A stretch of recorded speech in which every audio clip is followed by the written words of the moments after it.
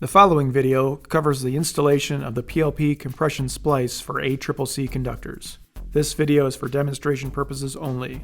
Be sure to read and completely understand the application procedure supplied with the product before installing it.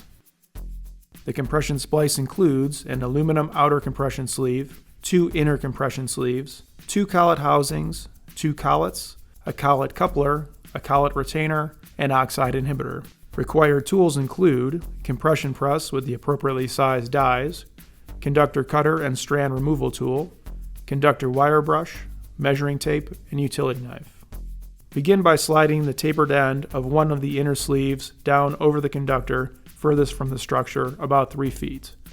This will be referred to as side B. Slide the outer sleeve over the side B conductor with the end of the tube approximately 2 feet from the end of the conductor. Slide the other inner sleeve over the conductor that is closer to the structure, about 3 feet. This will be referred to as side A. Measure and mark both conductors' core length from the end of the conductor according to the exposed core length column in the provided table. Side A is denoted as the conductor closest to the structure. Side B is denoted as the conductor that is furthest from the structure. Apply tape approximately 1 inch back from each mark to secure the aluminum strands. Cut the outer strands at each mark to expose the composite core. Take care not to cut or damage the core and ensure the core end is uncrushed. Failure to follow these instructions could result in a poor connection. Wipe the outer surface of the core clean and free of oil with a clean cloth. Use the provided 220 mesh sanding paper to rub the core lightly until it becomes white. Then re-wipe the core with the clean cloth. Slide both collet housings with wrench flats facing the conductor onto the core. Install the collets with the narrow end towards the housing onto the core. A 1/4 inch of the core must be exposed through the back of the collets. Install the longer coupling hardware on side A and the shorter collet retainer on side B. Hand tighten the units together before using a torque wrench to fully tighten the hardware to both collets to a minimum of 85 foot-pounds. Tighten the swivel end of the coupler to the collet retainer to a minimum of 85 foot-pounds.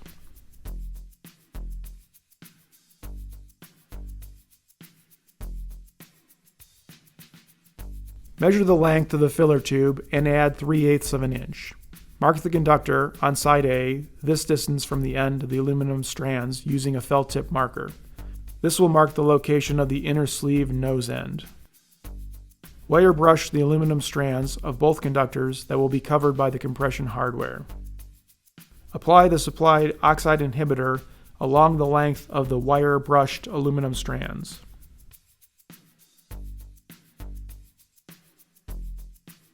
Slide the side A inner sleeve nose end up to the mark made previously. Wire brush and apply oxide inhibitor to the outer diameter of both of the inner sleeves. Slide the outer sleeve over the coupling assembly. Position the outer sleeve on the inner sleeve until 1 inch of the inner sleeve is exposed or it is stopped by the indent. With the outer sleeve and the side A inner sleeve in place, compress the outer sleeve beginning at the side A starting crimp point, moving inward towards the end of the compression zone on side A. Make sure the correct die size is being used and slightly overlap each crimp to ensure complete compression. Compress the center of the outer tube to the coupling assembly with 1 crimp. Slide the inner sleeve on side B into the outer tube until 1 inch of the inner sleeve is sticking out or it is stopped by the indent. Compress side B, starting at the inside mark and compressing outward until the end crimp point. Overlap the crimps to ensure complete compression. Installation of the compression splice for ACCC conductor is now complete. All safety guidelines set forth in the appropriate application procedure for this product must be reviewed and followed prior to installing this product. The installation shown is intended to illustrate the application method of the product only. It is not intended to supersede any standard utility safety guidelines and practices or use of required protective equipment.